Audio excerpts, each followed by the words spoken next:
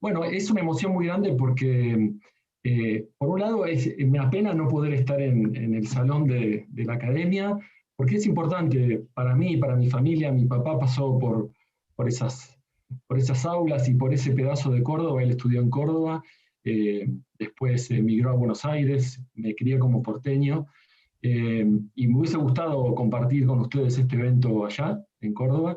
Pero por otro lado, la habilidad que hemos tenido todos como sociedad de acostumbrarnos a estas pantallitas hace que en este momento podamos estar compartiendo esto con una mujer que fue una gran científica, pero sobre todo una gran madre, que es Zulema Gampel, que está ahí, que es mi mamá, y a quien le debo en gran medida mi entusiasmo por la ciencia y el haber podido dedicarme a esto, y muchos amigos de mi familia que cuando era niño me motivaron a investigar.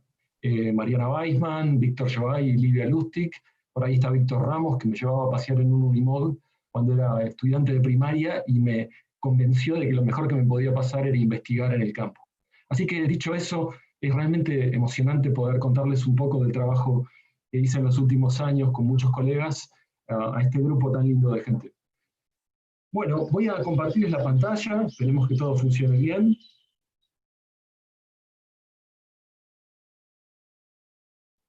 Hay un truco que me enseñaron hoy los colegas de la academia, que es inhabilitar para que otros rayen la pantalla. Parece que eso se puede hacer en Zoom, y los niños parece que lo aprenden a hacer muy rápido, pero bueno, yo aprendí ahora que ninguno de ustedes puede escribirme cosas en la pantalla. Titulé la presentación Transformación hidrológica, porque realmente estamos viviendo una transformación hidrológica en nuestras llanuras, y nos deja bastante perplejos. Vamos a ver por qué.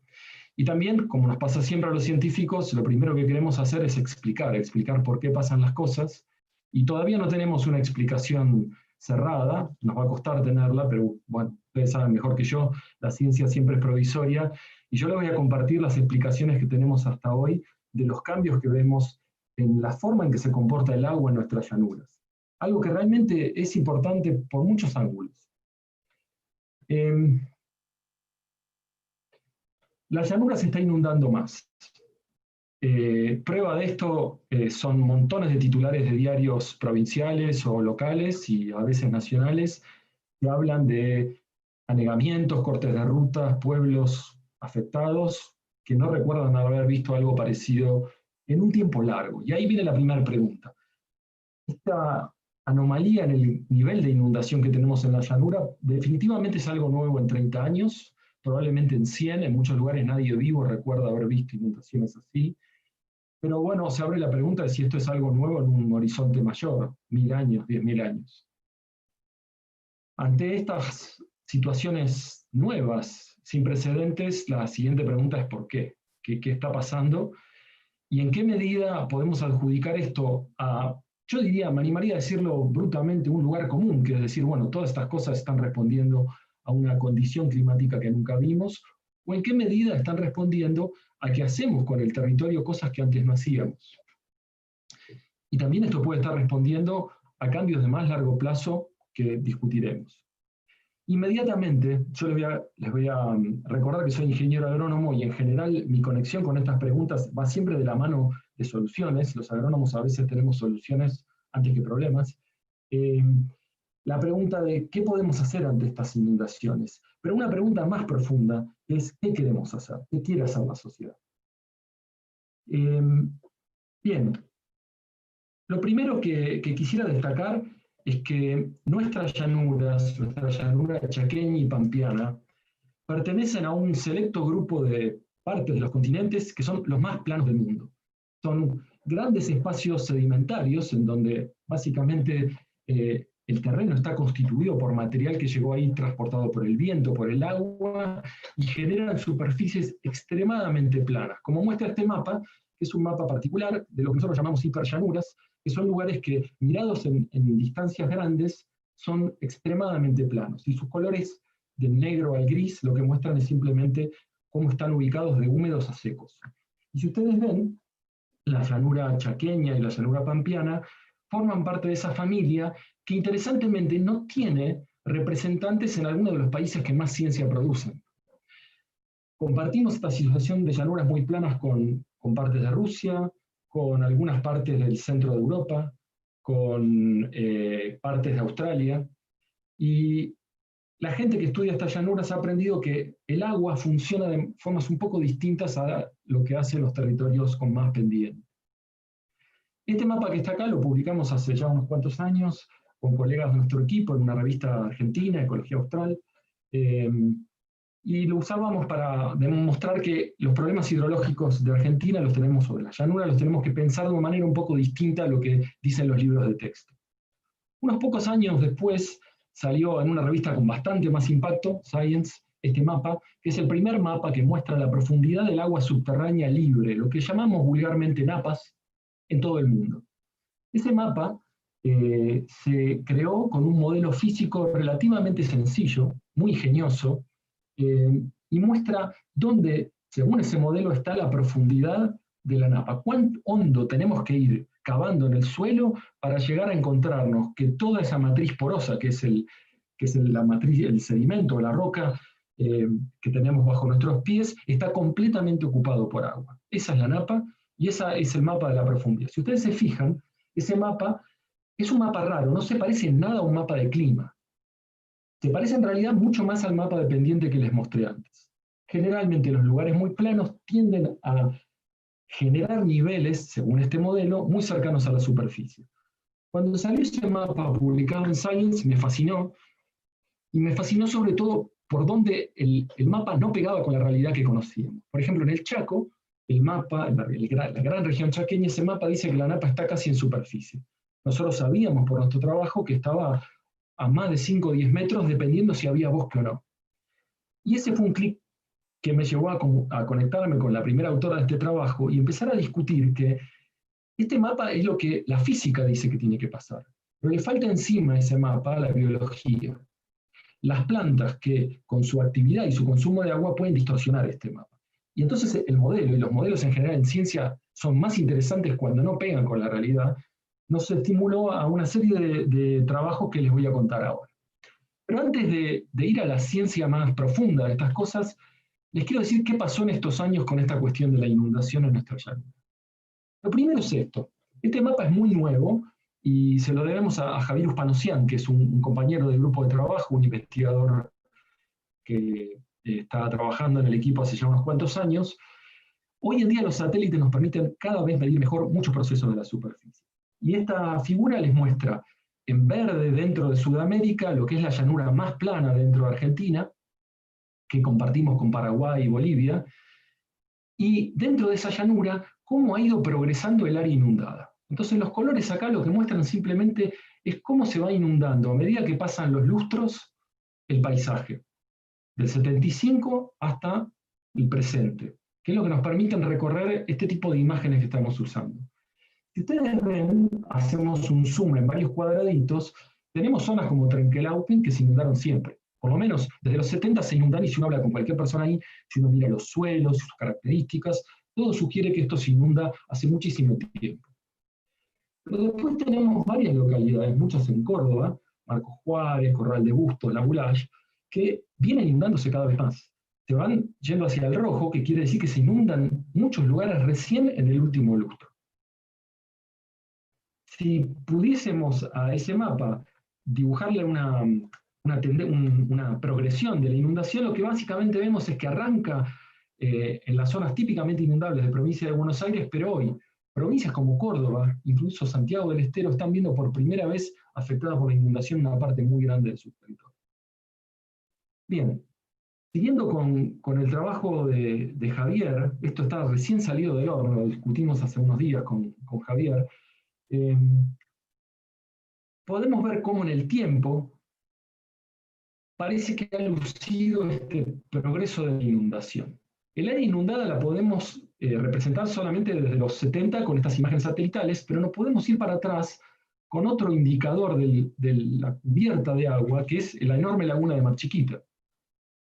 para la cual tenemos el dato de nivel de agua desde principios del siglo XX.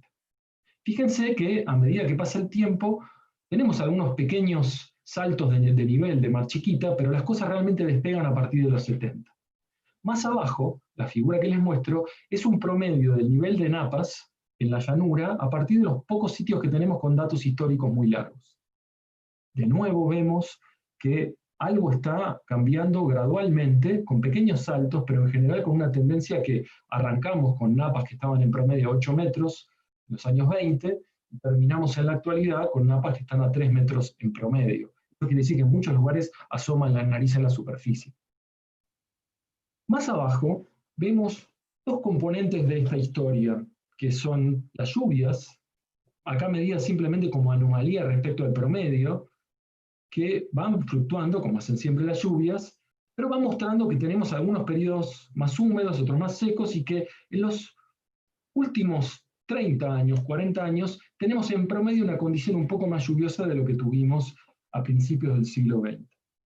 Simultáneamente, en la última figura, vemos algo que conocemos mucho más todos, que es este avance enorme que tuvo la agricultura en Argentina, pasando de unas 10 millones de hectáreas cultivadas, estancada en ese nivel por muchas décadas y despegando hacia fines de los 90 a triplicar su área y les comento a sextuplicar su producción, porque es el triple de área, pero es el doble o hasta el triple en algunos lugares de rendimiento. Bien, esto es lo que está pasando. Y es algo sorprendente y sostenido. Pero pasan otras cosas. El agua está haciendo cosas que nos llaman mucho la atención y que nos ayudan a sondear un poco en un horizonte de tiempo más largo. Esto que está acá es una criatura muy extraña que conocemos mucho en San Luis, se llama Río Nuevo. Si entran a YouTube hay un documental que hicimos sobre este raro proceso. Ese es un cañadón que hoy tiene 60, casi 80 metros de ancho en realidad en algunas zonas, con el último desmoronamiento, 25 metros de profundidad.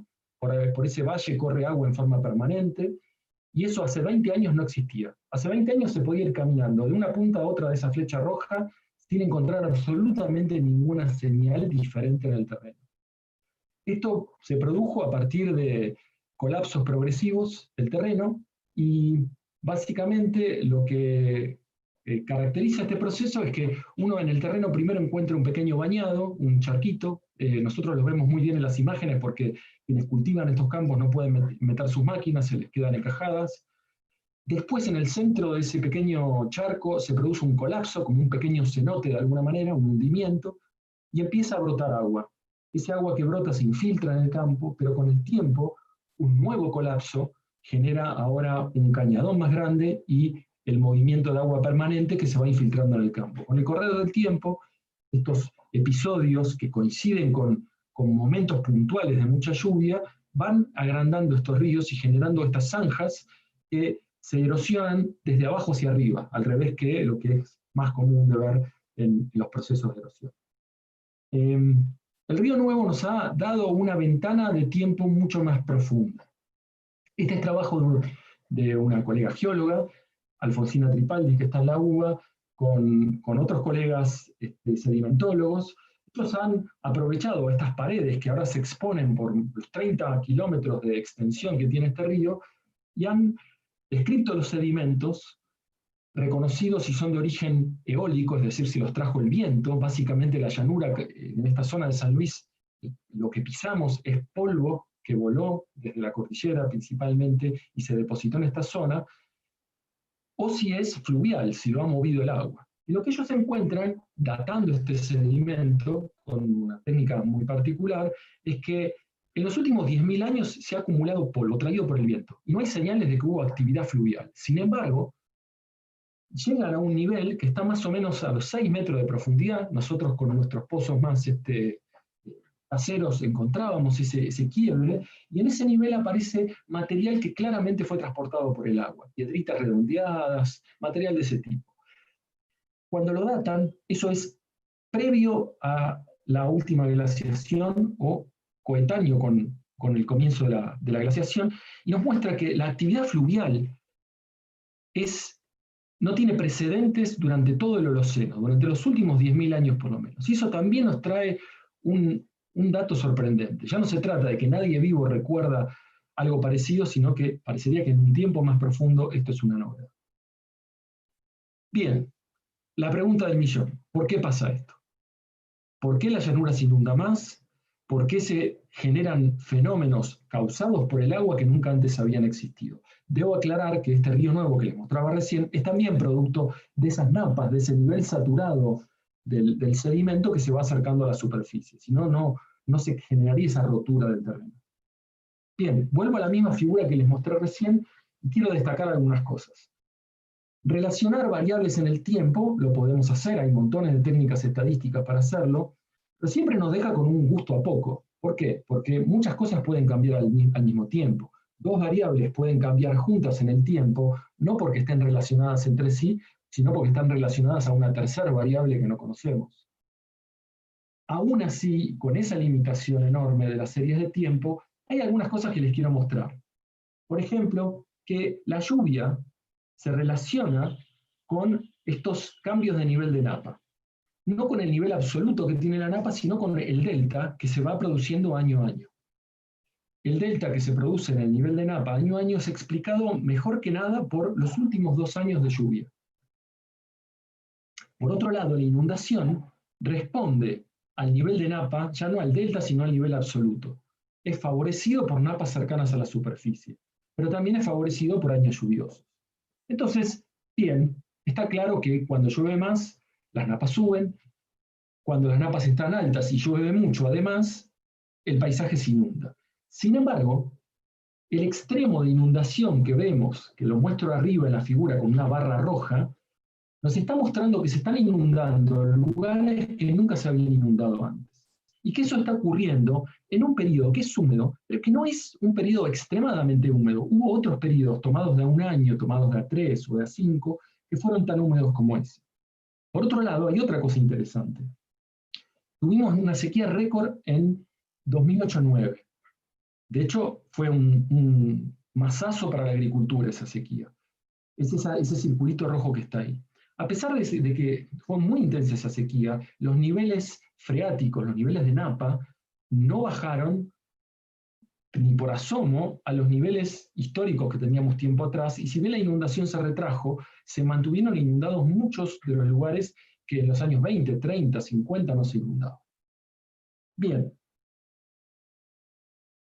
Este tipo de evidencia es útil y se tiene que tomar con pinzas, pero mi fuente de evidencia favorita viene directamente del campo y de lo que nosotros llamamos comparaciones pareadas. A ver si les puedo... Ahí está. Bien.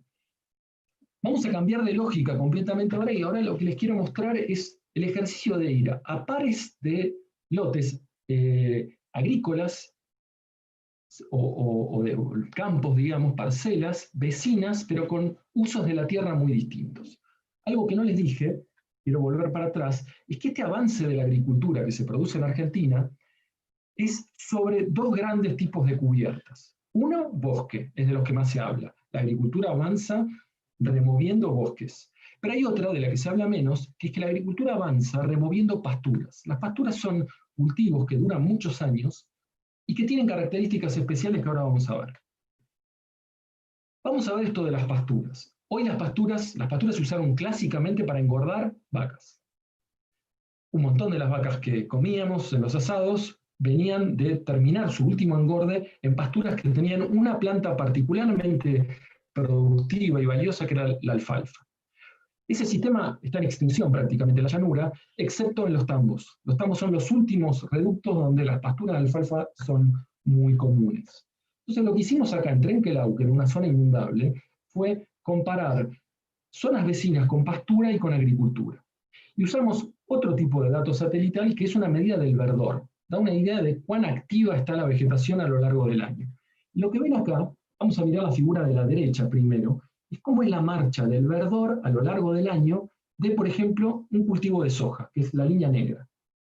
A medida que pasa el año, el verdor es muy bajo, se siembra la soja, noviembre, diciembre despega el verdor, llega a su máximo y cae.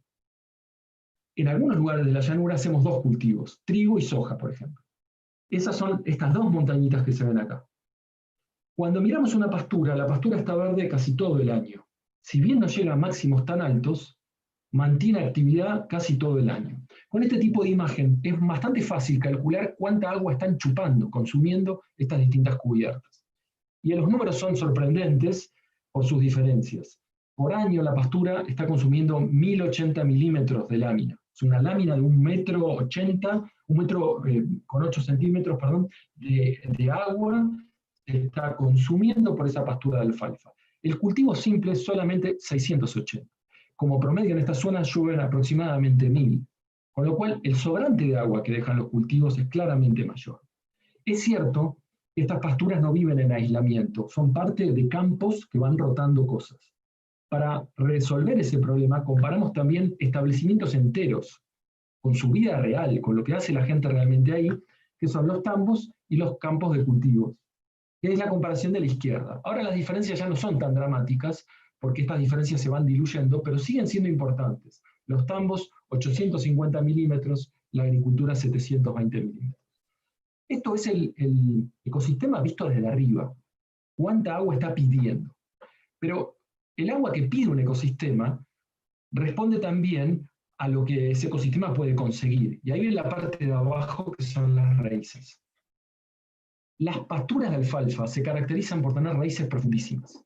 La gente que estudia raíces siempre se ha fascinado con la alfalfa. Se encontraron raíces de alfalfa en minas, por ejemplo, en galerías de minas a 30 metros de profundidad. Es una planta fascinante, porque arriba parece una herbácea más, pero abajo tiene un sistema de raíces profundísimo.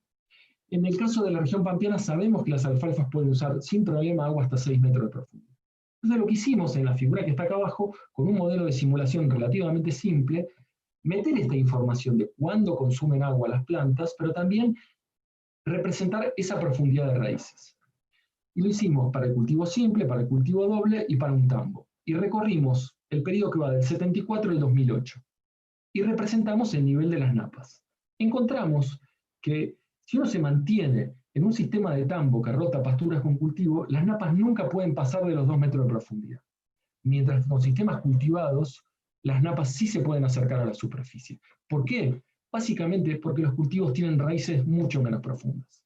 Este es un balde que en los años húmedos se llena, pero en los años secos se vacía. ¿Cuánto se puede vaciar? Hasta donde lleguen las raíces. Y las raíces es lo que más hemos cambiado con el avance de los cultivos. Si nos vamos ahora a las zonas de monte, donde ven esas manchitas grises que se ven en ese mapa, son las zonas donde la agricultura se expande por la gran matriz de bosque, ya sea bosque chaqueño o espinal, bosque de Caldén, que tenemos en esta zona en San Luis o en la provincia de La Pampa. No quiero entrar en detalles, pero simplemente les quiero mostrar una cosa. Eso que ven ahí vertical son perfiles de la concentración que hay por gramo o por litro de agua, mejor dicho, de la humedad que hay en el suelo de un anión, cloruro. Cloruro es un anión muy útil porque no está naturalmente, no es muy abundante en los minerales de los suelos y es sobre todo aportado por la precipitación. Cuando hacemos un pozo, estos son pozos que se hacen con barrenos manuales, hasta 6 metros de profundidad, 10 metros en este caso, encontramos que bajo monte hay una montaña de cloruros acumulada. Básicamente, lo que eso nos dice es que es una maceta que se viene regando, pero nunca lo suficiente para que caiga agua por el final de la maceta. Lo justo para humedecer su primer metro, su segundo metro, pero no más. Con los años se va acumulando cloruro. Cuando pasamos a un lote vecino de agricultura, todo ese cloruro se fue, no está más. Esto lo que nos está mostrando es que los bosques mantuvieron, aún hasta el presente, la capacidad de usar el 100% prácticamente del agua que llega por precipitación. La evaporan, la consumen. Pero cuando nos vamos a la agricultura eso ya no pasa más y el suelo ahora se lava. Una prueba distinta de este mismo tipo de fenómeno es lo que podemos ver si hacemos una especie de tomografía, imagínense, del terreno, a partir de inyectar corriente eléctrica y recibirla de nuevo en electrodos. Esa tomografía del terreno nos da una idea de cuán bien conduce la corriente eléctrica en 2D, en ese perfil, Y lo que nos muestra en este caso es que en el monte tenemos toda esa sal que yo les mostraba, que son estos lentes azules que están acá, arriba. Pero cuando entramos a la parte agrícola, ese lente de sales ya no está más. Se fue hacia las napas. Son sistemas que se mantuvieron sellados, sin permitir el paso del agua, y que ahora con la agricultura la dejan escapar. Última parada respecto a las plantas que les quiero mostrar. En este río nuevo, tan extraño que les mostraba recién, todavía por suerte nos quedan algunos lotes que tienen montes de caldén.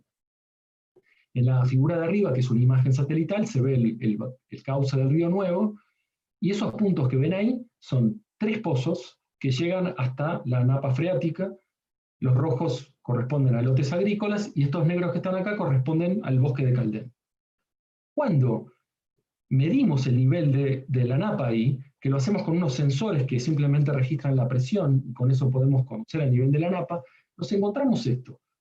En la agricultura, una cosa que nos pasó acá, que quiero aclarar, fascinados por este río, queríamos seguir estudiando su avance. Bueno, la naturaleza nunca hace lo que uno quiere, fueron años sequísimos y el río no avanzó, pero nos permitió aprender otra cosa. Nos permitió aprender que cuando hay años secos, los niveles de napa bajan gradualmente en la agricultura, muy poquito. Estas son napas que están a 8 metros de profundidad, no hay forma que un cultivo las pueda alcanzar. Pero cuando nos vamos al bosque, vemos que hay una pulsación estacional. En invierno, el bosque está muy cerca de la agricultura, pero en verano se despega de la agricultura y la napa se hunde. Los caldenes son árboles que pierden las hojas, es un prosopis, muy parecido a los algarrobos, pierde las hojas, y cuando el caldén pierde las hojas, las napas vuelven a subir, se quieren recuperar, se quieren ecualizar con sus lotes vecinos de agricultura. Cuando vuelve a brotar el caldén, vuelve a bajar. Esa pulsación es de alguna manera fractal, se puede ver.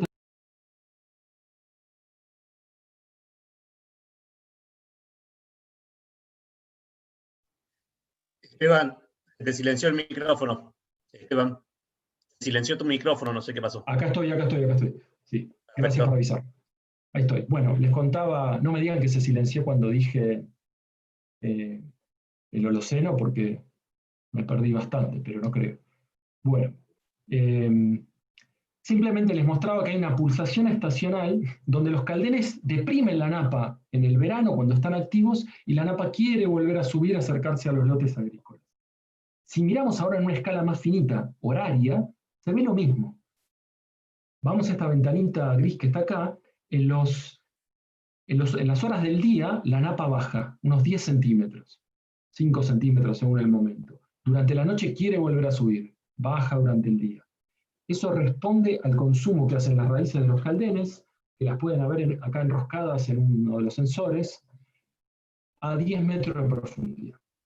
¿Qué quiero contarles con esto? Que hemos reemplazado bosques que son capaces de ir a buscar al agua a muchísima profundidad por cultivos que solo lo pueden hacer cuando está la napa muy cerca de la superficie. Hemos cambiado cómo trabaja ese balde. Entonces, volviendo para atrás, ¿por qué se inunda más la llanura? Una explicación es que simplemente llueve más. Esa explicación nos deja con gusto a poco, no termina de cerrar del todo lo que vemos cuando miramos con lupa las series de tiempo. Podemos agregar a esto, ¿por qué llueve más? ¿Será que llueve más por cambio climático? Puede ser que realmente estemos entrando en una condición de pluviometría, de lluvias que no vimos en muchísimo tiempo, porque realmente el clima del planeta entero cambia y el de esta región. Muchos modelos de circulación global de la atmósfera sugieren que el calentamiento nos puede traer más lluvia en esta región. Hay otras explicaciones posibles. Creciente dióxido de carbono en la atmósfera, que baja la conductancia de las plantas y reduce la transpiración. Todo indica que eso no alcanza para explicar este proceso. Y finalmente, la que traigo con comparaciones de campo, es esto de que los cambios de vegetación realmente pueden cambiar este juego del agua. ¿Qué evidencias tenemos hasta hoy? La primera, que para mí es la más importante, es la falta de precedentes, no solo en 100 años, sino probablemente en un plazo mucho más largo, de esta situación nueva hidrológica. Y la segunda, la más favorita para mí, es que aún hoy, con más lluvias, cuando vamos a la vegetación de bosque o vamos a las pasturas, nos demuestran que son capaces de mantener el sistema a raya. No permiten que los niveles se acerquen tanto a la superficie. Y esto tiene connotaciones políticas y sociales gigantes. ¿Por qué? Porque siempre que tenemos un problema, lo mejor es echarle la culpa a otro. Si esto es solamente un problema de que llueve más, el responsable es San Pedro y tendremos que acomodarnos. Si es que llueve más por el cambio climático, bueno, el responsable es San Pedro con la ayuda, sobre todo, de quienes han generado el problema de calentamiento, que son los países que más emisiones generan de gases invernadero. Pero si el problema es la vegetación, bueno, ahí ya empieza a apuntar más a nosotros la responsabilidad. Y de algún modo esto sugiere una idea que es que la agricultura tiene una responsabilidad hidrológica. Bien. Antes de seguir con la cuestión más política, les quiero contar solamente una de las lecciones que nos deja esto respecto a cómo funciona la naturaleza. Algún aprendizaje universal de todo esto. Este mapa que lo hizo Jing Fang, es una investigadora que está en Estados Unidos, de origen chino, hizo un trabajo increíblemente detallado, no usó solamente su modelo, salió a buscar datos medidos de profundidad de napas en todo el mundo por años. Mostraba que las napas freáticas deberían estar muy cerca de la superficie en todas las llanuras. Sin embargo, en muchas no lo están. A partir de ese trabajo con Jing Fang, empezamos a estudiar la profundidad de raíces y a tratar de explicar qué decide que las raíces sean más profundas o menos profundas en el mundo.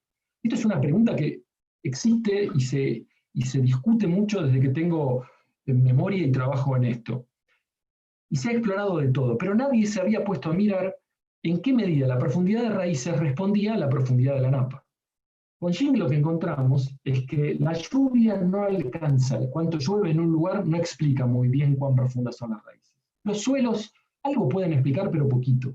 Tipo de planta, sí, hay plantas que tienden a tener raíces más profundas que otras, pero la explicación mejor de la profundidad de raíces la da la profundidad de napa. Y es un problema de huevo y gallina. ¿Será que la napa es tan profunda como quieren las raíces o será que las raíces son tan profundas como las deja ser la napa? Bueno, probablemente las dos cosas pasan al mismo tiempo. Y esto nos ha llevado a pensar el agua en la naturaleza y sobre todo en los suelos y en los ecosistemas de una manera distinta a la que se venía pensando tradicionalmente y que se puede ver en cualquier libro de texto. Básicamente estamos pasando de una visión de maceta a una visión de un mate. ¿Cómo es esto? La maceta, uno la riega y el agua que sobra se va al platito, la dejamos en la bacha de la cocina para que drene, y el agua que sobra de esa maceta, toda la que la gravedad se puede llevar, se va para siempre. Así se representa el agua en la mayoría de los modelos que tenemos y así se representa en los libros de texto. Pero la naturaleza se parece más a un mate, en donde el agua que sobra queda en el mate. De hecho, nosotros cebamos el mate y lo vaciamos con esa bombilla. Y las raíces lo que hacen es cambiar la profundidad a la que ponemos la bombilla. Si ustedes a un mate le ponen la bombilla a la mitad de la profundidad del mate, van a chupar menos agua y van a necesitar mucha menos agua para que ese mate rebalse. Eso es exactamente lo que creemos que está pasando en nuestras llanuras. Bien. Dicho todo esto, la llanura se inunda más. ¿Tenemos que preocuparnos? ¿Es un problema? Bueno, si hay acá gente de Villegas, de Justiniano Pose en Córdoba, me va a querer ahorcar. Por supuesto que es un problema. Se han cortado rutas, se han arruinado economías de pueblos como Villegas, que estuvo inundado 3 años prácticamente. Para los pueblos es un problema. Sin embargo, este país gira en gran medida por la soja y para la soja no es un problema tan grave. ¿Por qué? Acá les quiero mostrar, esta figura es compleja, pero quiero que nos concentremos solamente en la síntesis de esto. Juan Whitworth, que es uno de los colegas cordobeses que se vino a trabajar a San Luis en estos años que mencionaba Marcelo, estuvo mirando con lupa los rendimientos y la producción de los cultivos en la llanura pampeana. Y estuvo analizando el golpe que le pegan a la producción las sequías y la inundación. Y esto simplemente lo que hace es pararse en el año 0, que es el año de la sequía o de la inundación, y compararlo con los años previos y los años posteriores. Bueno, las sequías nos pegan castigándonos un 20% de la producción. Las inundaciones nos castigan un 6% de la producción. Y no lo hacen tanto castigándonos el rendimiento, sino limitándonos la capacidad de cosechar o de sembrar. Pero lo que es interesante es que las inundaciones nos dejan una herencia de suelos muy cargados de agua que nos generan un blindaje ante las sequías. Entonces, la forma de medir el impacto de la inundación más justa no es en el año del impacto, sino también entender que tiene una memoria positiva en los años secos que puedan venir después. Hace ya 10 años que venimos viendo relaciones como esta que les muestro acá, que reflejan cómo rinde un cultivo de maíz en función de la profundidad a la que está la napa. En un año de sequía, un maíz realmente nos hace perder plata si no hay napa cerca de la superficie. 6 metros, 5 metros, 4 metros, el maíz es un fracaso total, un desastre. Pero con una napa que ya está a 3 metros, ni hablar a 2, el maíz está como si lo hubiésemos regado. Ese blindaje que le genera la napa tan cercana a la superficie está salvando las papas, por ejemplo, en la última sequía que tuvimos en 2017-2018. Pero no es todo agricultura en la llanura. En la llanura, por ejemplo, hay gente que hace ganadería. La gente que hace tambo, actividad que, como yo les mostré, consume más agua y frena el anegamiento, es la que sufre más. Uno tiene que sacar la leche del campo todos los días. Si los caminos están inundados, no lo puede hacer. Ni hablar los pueblos. Ni hablar quienes acopian grano, quienes transportan. Se abren también preguntas interesantes. Zonas como Marco Juárez, en Córdoba, donde casi no queda un pedazo de vida silvestre, tienen ahora por primera vez zonas liberadas para fauna natural, silvestre, no digamos nativa.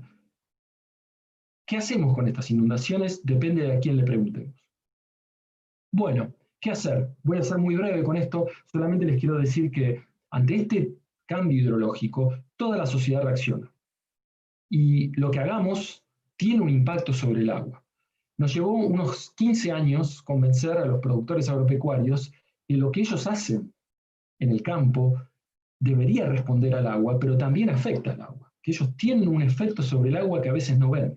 Por ejemplo, este es un lote de trigo que no se pudo fertilizar completamente porque estaba inundado y la máquina que fertiliza no podía entrar. Como resultado, el trigo en las zonas no fertilizadas está amarillo. Cuando está amarillo consume menos agua y seca más lentamente ese campo. Este es el tipo de efectos que tienen las cosas que hacemos por decisión o simplemente sin saberlo. En todos estos años trabajando con las napas, los agricultores se transformaron no solo en interesados en el trabajo, sino en aliados para tomar mediciones. A ellos les interesaba mucho saber si el maíz estaba blindado porque tenía una napa cerca y no iba a fallar. Si uno sabe que la agricultura no va a fallar, la agricultura es un negocio de muchísimo riesgo. Se mandaban con todo, fertilizaban, sembraban con la mejor semilla, máxima densidad. Si en cambio no tenían ese blindaje de agua, tenían que ser más cautos. Trabajando con ellos fuimos mejorando esas decisiones, pero también logramos que una red enorme de productores mida niveles de napa. Y se generaron redes de datos que más o menos multiplican por 10 o por 30 la disponibilidad de datos en algunas regiones. Al día de hoy el INTA toma muchas de estas recomendaciones para llevar los cultivos en campos, como son la mayoría de nuestros campos, sin riego. El otro plano en el que el trabajo con la hidrología tuvo un impacto interesante fue el de las políticas. Y acá los que trabajamos en este tipo de cosas tenemos dos avenidas de impacto. Una que yo llamaría la avenida global, en la que entran organismos como el IPCC, donde uno hace recomendaciones respecto al cambio climático, que son caminos en donde nos reunimos muchos científicos, hablamos el mismo idioma, tiramos un par de recomendaciones globales y que después la sociedad haga lo que le parezca. Es un camino interesante, personalmente me siento muy agradecido de haber trabajado en ese camino, algunas de las recomendaciones que damos pueden llegar, pero diría que tiene muchas limitaciones. Un ejemplo de eso, por ejemplo, hace muy poquito, con varios colegas, hicimos una recomendación a quienes organizan el uso del territorio en zonas agrícolas, de que alrededor de un 20% de las zonas agrícolas debería dejarse bajo vegetación natural como mínimo, un piso. En el caso de la región chaqueña, creemos que eso ayudaría muchísimo a mitigar este problema de anegamientos y la salinización que los acompaña. Pero hay otro camino que a mi modo de ver es el más fascinante y el más activo, que es el trabajo con políticas locales. Las vueltas de la vida hicieron que uno de esos agrónomos vinculados a la producción terminó siendo secretario de Agricultura de la provincia de Córdoba, Juan Cruz Molina. Juan Cruz, cuando veía un paper nuevo de nuestro grupo, me llamaba por teléfono y me preguntaba qué decía el paper, que se lo explicara. Cuando entendió que las decisiones agrícolas podían influenciar la inundación en una provincia tan golpeada por inundación recientemente como Córdoba, empezó a discutir la posibilidad de implementar políticas que reviertan eso. Y así salió una política que tuvo un éxito parcial, creo yo, que fue Pintemos Córdoba de Verde, en la que se promovía los cultivos de invierno como un mecanismo para bajar nada. Obviamente hay que ir por muchísimo más, hay que ir por conservar el bosque que queda, por hacer planteos agrícolas mucho más innovadores. Pero simplemente quiero reflejar que quienes trabajamos en estas cosas a menudo encontramos estas dos vías de interacción disponibles, y es la segunda, a mi modo de ver, la más divertida, sin duda, y la que puede tener más impacto ante estos problemas, que tienen una naturaleza global en parte, pero tienen muchísimo que se puede hacer localmente. Bueno, dicho eso, quisiera terminar con esto y agradecerles muchísimo, y si hay preguntas, estoy más que entusiasmado de escuchar. Esteban, vos conocés bien el territorio cordobés, digamos, conocés un poco la historia reciente, me refiero 100, 150 años. Y más o menos creo que también tenés una idea de la proporción de bosques y más o menos lo que es muy importante, la distribución que tienen los parches de bosque actual, ¿no? Entonces, ¿cuál considerás que sería digamos, si tenés una idea, cuál sería una proporción o cuál sería el porcentaje de restauración que deberíamos hacer en nuestro territorio como para pensar que por ese lado podríamos tener una vía digamos, de paliativo para la problemática? Mirá, son dos cosas las que tenemos que dimensionar en ese planteo. Definitivamente dejar bosque suma por muchos lados, y uno de los ángulos en los que suma es este de la regulación hidrológica. Veámoslo como un salamín, picado fino o picado grueso. Y la otra decisión es cuánta carne y cuánta grasa tiene ese salamín. Entonces, una decisión es qué proporción le vamos a dejar al bosque. Modelos de simulación lo que sugieren es que con 50% de bosque estamos más que cubiertos. Tal vez nos podemos estirar a 20% de bosque y ya ahí podría ser complicado. La otra decisión es qué tipo de salamines, si es picado fino o picado grueso. ¿Van a ser parches de bosque de 1 hectárea o de 100 hectáreas? Todo ese dimensionamiento depende muchísimo, sobre todo, del tipo de terreno que tenés, del tipo de sedimento que tenés. Si son sedimentos finos, vamos a tener que ir a picados finos. Si son sedimentos gruesos, donde el agua viaja muy rápido, van a tener que ser patrones más gruesos. Eso dicen las simulaciones. Ahora, en el mundo real, ¿qué podemos hacer? La idea de manejo adaptativo es lo mejor en ese sentido. Antes de desmontar el 100%, primero que nada, paremos un poco. Entonces, todavía hay un montón de lugares donde estamos a tiempo de ir de a poco. En la medida que desmontamos, tenemos que monitorear. Y entonces, las proporciones, al cambiar, nos van a ir mostrando cómo se van levantando los niveles freáticos y cuán cerca estamos de tener estos problemas de anegamiento. Algo que no les dije es que cuando se anegan bosques, como el del Chaco, incluso el Espinal, un problema muy grave que viene atrás es el de las sales. Esa cantidad enorme de sales que les mostré en profundidad viene a superficie, y ahí los cultivos no tienen nada bueno que sacar de las napas, es solo problemas. Así que, en resumen, Marcelo, con 50 creo que estaríamos más que seguros. Con 20 puede ser que nos falte. Yo arrancaría en los lugares donde hay 50 muy despacio, y en los lugares donde no hay nada, como muchos lugares de Córdoba, que se haya ido al bosque no quiere decir que no pueda volver. Bosques secundarios también nos sirven. Y hay que apostar a eso. Tengo una pregunta de Javier Ouspa. ¿Hay evidencias en otras partes del mundo de situaciones semejantes? Sí. Sin embargo, pasa algo interesante. Si ustedes se fijan, casi todo el mundo habla de la huella hídrica de la agricultura. Todo el mundo está muy preocupado de cuánta agua hay atrás de un litro de leche, cuánta agua hay atrás de una hamburguesa, etc. ¿Por qué? Porque la agricultura en muchos lugares del mundo riega, y riega cada vez más. Entonces no son tantos los lugares que tienen una agricultura que yo llamo gasolera o mezquina, como es la nuestra, que tiene ciclos cortitos de producción, muy seguros ante la sequía, pero que usan poca agua. Un lugar en donde la película esta se vio con algunos matices distintos, pero mucho más avanzada en el tiempo, es Australia. Los australianos perdieron alrededor del 10% de su tierra cultivable y van para el 30%, estiman, por un proceso muy parecido a este. En una zona que tiene mucho más sal, eso les juega en contra, pero que no es tan plana, eso les juega a favor. De Horacio Pastasti. Finalmente, el exceso de agua del Río Nuevo, ¿dónde termina? Primero se perdía en la llanura, con lo cual hacía una transferencia de la parte media a la parte baja de ese paisaje. Pero finalmente en el año 2009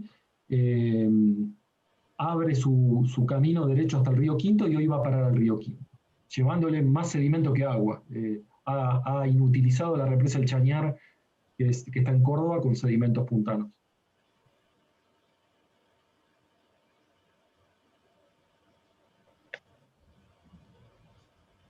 No te escucho, Gustavo. Ahí está. Gonzalo. Tomando de Miren Strumia, tomando el ejemplo de las inundaciones de la laguna de Mar Chiquita, ¿el problema está entonces en el cambio de pasturas por agricultura de soja en los campos vecinos? Sí, dos cosas ahí.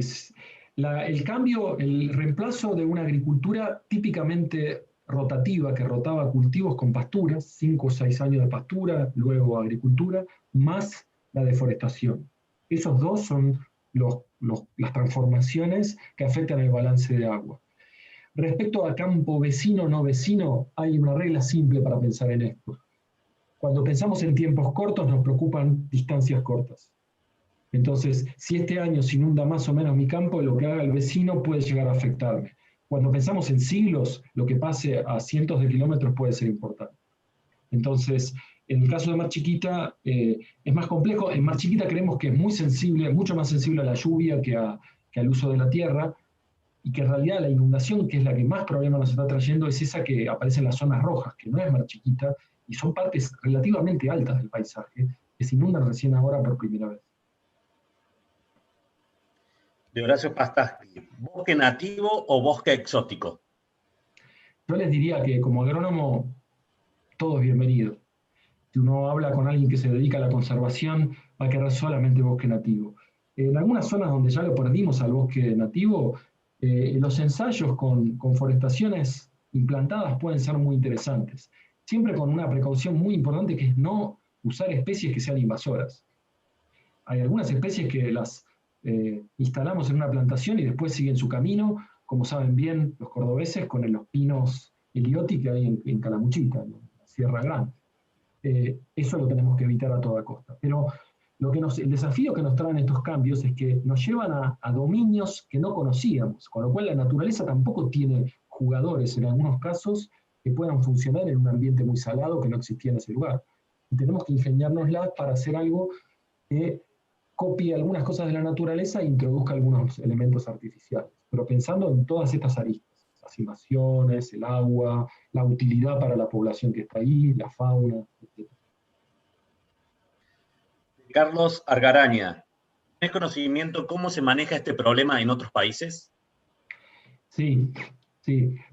Esto me trae una cosa interesante. Un montón de productores, cuando se inundan, dicen: ¿cómo puede ser? Los holandeses resolvieron esto hace 500 años. Sí, de acuerdo. Holanda generó un sistema de drenaje hiperintensivo. Pero es mucho más fácil pagar un sistema de drenaje haciendo tulipanes o agricultura intensiva de invernadero que haciendo cultivos que dan márgenes relativamente chicos por hectárea. Eso no quiere decir que una empresa agropecuaria no tenga ingresos enormes, pero los márgenes de nuestros sistemas agrícolas nos dan muy poco lugar para obras muy intensivas. ¿Cómo se manejaron estas cosas?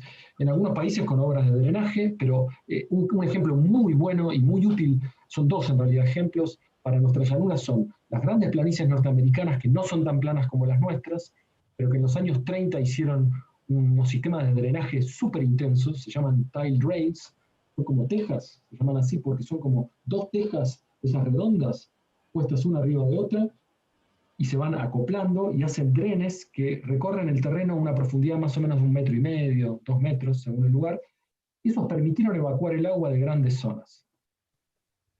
Fue carísimo, se hizo en los 30 porque había mano de obra desocupada. El Imperio Austrohúngaro hizo algo parecido en Hungría. Y funcionó. Al día de hoy, muchos de estos lugares se arrepienten de haberlo hecho, porque tuvo un montón de otros costos ambientales. Entonces, yo creo que podríamos aprender de esos países o de esas regiones e ir por otro lado. Lo que se llama biodrenaje, o en un sentido mucho más amplio, soluciones verdes, por ejemplo, rodear un pueblo que se inunda con una faja forestal ancha, son mucho más atractivas. Acá entramos en un problema que también es político, y es la lucha entre ingenieros y jardineros, o entre plomeros y jardineros, digámoslo de alguna manera. Quienes mandan desde hace décadas son quienes hacen las obras de infraestructura hidráulica, pero deberíamos ir caminando lo antes posible hacia más jardinería y menos plomería. Y algunos países muestran resultados interesantes en ese sentido, en Europa, en la ex Unión Soviética, un montón de las repúblicas, Kazajstán, Uzbekistán tienen algunas experiencias muy interesantes.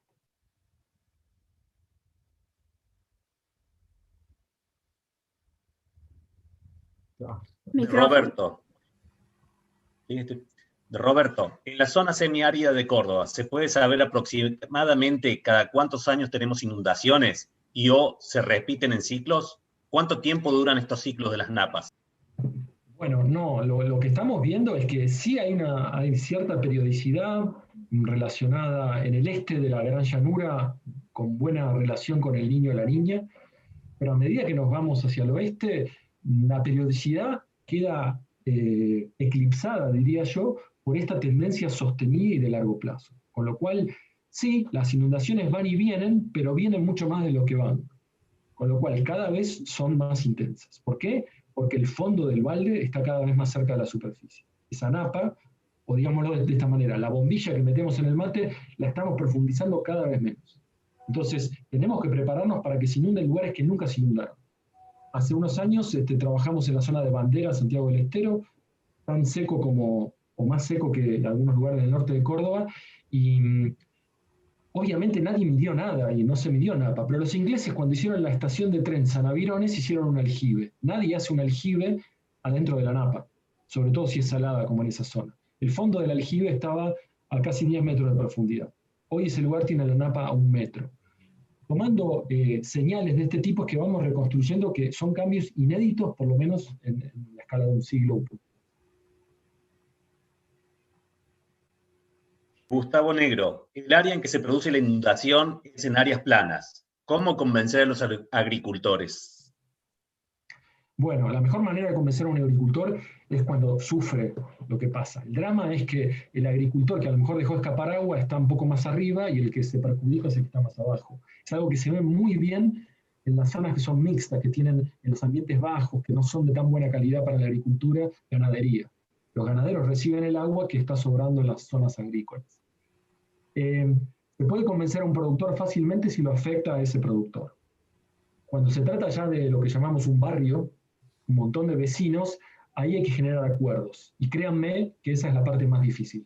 Y por eso creo que nuestras limitaciones, si bien como científico trabajo en cuestiones sobre todo biofísicas, yo creo que lo que nos limita hoy no es lo que sabemos del agua, del suelo y de las plantas, sino lo que sabemos de la gente, la ciencia de la gobernanza. Eso es lo que nos limita.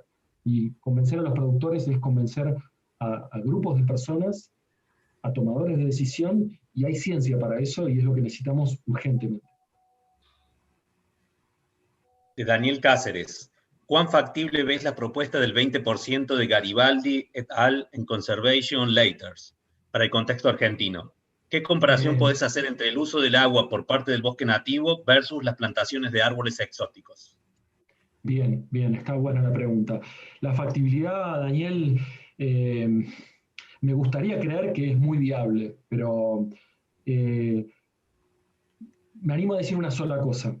Argentina es un país federal y eso nos da una oportunidad, a mi modo de ver, porque cada provincia es un experimento. Y podemos aprender como científicos cómo nos escuchan distintos sistemas de gobierno en distintas provincias. En San Luis, con el Río Nuevo, con el agua en las puertas de la ciudad de Villa Mercedes, el gobierno provincial impuso la moratoria de deforestación en esa cuenca. Bosques que estaban pintados de verde, la ley de bosques, se pintaron de rojo. se salvó más o menos un 12% del territorio que todavía tenía bosque de Caldén, bosques que están en muy buen estado ahora.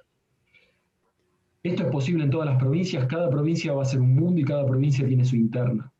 No nos tenemos que asustar por eso y tratar de aprender a trabajar con el esquema que tenga cada una de ellas. En Córdoba yo veo viable en algunos sectores empezar a meter más bosque y creo que es fundamental recordar que el bosque que se fue lo podemos volver a tener, no va a ser igual, pero no quedarnos con que lo que se fue para siempre. Eso nos va a jugar en contra para la conservación. Y por último, plantaciones y bosques naturales son lo mismo, definitivamente no, en muchas dimensiones, y para el agua, sí y no. Un bosque recién plantado tiene un consumo de agua muchas veces mayor que un bosque antiguo. Son plantas que crecen más rápido y realmente consumen más agua. Pero hay una cosa mucho más importante que esa, que es cuán tolerantes son las plantas que tengamos implantadas de árboles a la salinidad y al anegamiento. Imagínense que plantamos, pero la napa se nos pasa de raya y se inunda, los árboles se pueden morir, dependiendo de la especie que sea. Y lo mismo con la sal. Aprendimos en estos años que bosques de Caldén y el Chaco seco son muy buenos usando agua salada. Esos caldenes que les mostré recién usaban agua que es un cuarto de agua de mar, más o menos, la salinidad. Entonces, los bosques naturales lo pueden hacer muy bien en términos de sal y se van a sacar un 7 en consumo de agua, diría yo, respecto a una plantación de eucaliptus camaldurensis. Pero son, a mi modo de ver, la mejor opción porque uno gana por muchos lados. Pablo Goldner. Por un lado, quisiera preguntar por la contaminación por agroquímicos del agua subsuperficial, puesto que entiendo que la mayoría de cultivos de la zona pampeana se encuentra bajo el modelo de paquetes tecnológicos. Y por otra parte, considerando que los productores no van a restituir bosques, impulsar otras formas de agricultura como las agroecológicas, mucho más diversas. Bien, sí, definitivamente lo ideal sería que tengamos más modelos agrícolas compitiendo con el modelo hegemónico, digamos.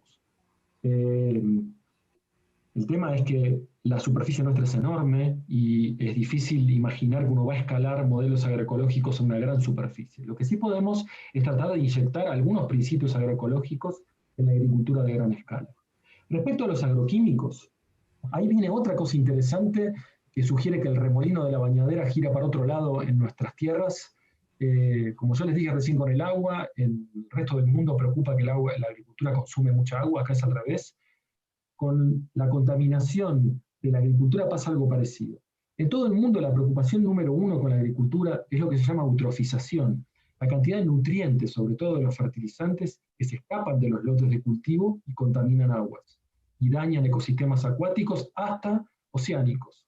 El Golfo de México está destruido en una gran sección por la eutrofización de los fertilizantes de todo el río Mississippi, de toda la cuenca, de Canadá hasta Estados Unidos. En nuestras tierras la fertilización es también muy mezquina, entonces no tenemos ese problema, pero somos campeones del mundo en el uso de herbicidas. Nadie usa tanto glifosato como nosotros. Con lo cual, si eso va a traer un problema a alguien en algún lugar, va a ser acá primero que en ningún otro lugar. Entonces, mi preocupación desde el punto de vista de los agroquímicos, número uno, es por este lado de la toxicidad de herbicidas. Y se está mostrando desde muchos laboratorios, desde muchos grupos de trabajo, glifosato en cantidades sorprendentes, en componentes de la naturaleza, de los ecosistemas, increíbles. Aire, lluvia, sedimentos de ríos, suelos, etc. Creo que ese es el flanco en el que tenemos que estar más atentos y el que a mí más me preocupa. De Ariel Roberi. ¿Recomendaría el cultivo de alfalfa para mejorar el manejo de napas y de las sales? Por otro lado, ¿el uso de eucaliptos junto con algarrobos o caldenes sería una buena decisión del plan agroforestal de Córdoba? Bueno, la alfalfa definitivamente es una muy linda opción, pero uno también tiene que entender que si se fue por alguna razón. En muchos campos que eran ganaderos, la ganadería se fue, y eso quiere decir que se fueron los alambrados, se fueron los corrales, se fueron las vacas y se fueron las personas que sabían hacer ese trabajo. Volver para atrás a la ganadería puede ser muy difícil en algunos países. Uno puede pensar en un sistema ganadero distinto, donde uno coseche forraje, coseche alfalfa y la traslade a zonas de confinamiento animal. No sé, no es mi sistema favorito tampoco, pero definitivamente creo que tenemos que ir pensando que no vamos a ir para atrás, sino que tenemos que pensar en un futuro mejor que este presente, pero que es algo nuevo. La alfalfa puede jugar un papel, hay un montón de otras forrajeras interesantes, hay en la misma familia de la alfalfa, los Melilotus, que toleran más la salinidad, hay muchas opciones, y todo lo que es investigación en nuevos sistemas ganaderos y en nuevas pasturas es súper prioritario. Por suerte, INTA tiene algunos grupos trabajando en eso. Respecto a eucaliptus, caldén o algarrobo, tenemos que pensar qué queremos de esos bosques. Y yo creo que está claro cada vez más que le pedimos al paisaje que nos devuelva un poco de lo que se fue, que es estético y ético. No queremos, nadie estaría feliz si sabemos que Córdoba se quedó sin bosque nativo. No sé, yo no fui nunca a las pirámides, no sé si voy a ir, pero si alguien me dice que no existen más, la verdad el mundo sería mucho más feo para mí. Bueno, los bosques son un patrimonio, y aún bosques recuperados de segunda mano van a valer, cobijan fauna, cobijan un montón de diversidad que valoramos. Entonces, si le vamos a pedir a esos sistemas que nos den un servicio hidrológico, también les podemos pedir que nos den un servicio cultural, o muchos servicios culturales, y un montón de otros servicios que estamos descubriendo que nos dan. Si en algún lugar alguien en la ecuación le cierra tener eucaliptus, bueno, lo podemos contemplar, pero lo tenemos que poner en una mesa de qué se gana y qué se pierde. Y yo creo que estamos en condiciones de apostar mucho más a ecosistemas nativos o seminaturales que hagan este servicio de cuidarnos en lo hidrológico.